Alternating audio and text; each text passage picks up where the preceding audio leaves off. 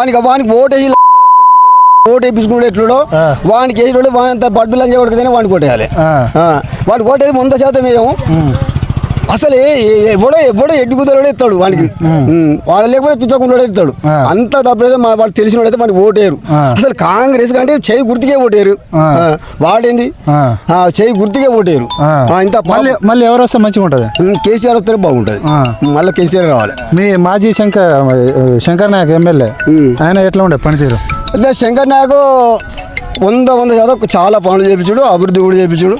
కాకపోతే ఉట్టే నేరాలు ఇట్లా వేరే వాళ్ళు ఆయన మీద కూడా అపాండాలు వేసిండు. కానీ అపాండాలు ఈడ భూమి ఆక్రమించుడు, అక్కడ భూమి అదంతా బూటకం. అది కాంగ్రెస్ వల్ల బూటకమే. అది ఆయన అన్ని పనులు చేయించుడు. ఇక్కడ ఇప్పుడు హాస్పిటల్ కట్టించుడు, అక్కడ ఎండి ఆఫీస్ కట్టించుడు, చాలా దిక్కుల కలెక్టర్ ఆఫీస్ ఆయన చేసిన పనులు. వీడు ఇప్పుడు గెలిచుండు ఒక్క పని కూడా చేయలేదు కదా. ఒక్క పనికి ఇంత పని చేసినట్టు చూపెట్టాను. కనీసం వస్తాడా మీ ఎమ్మెల్యే? ఇప్పుడు ఉన్న ఎమ్మెల్యే ఎవడు రాడు, వాడు అసలే రాడు.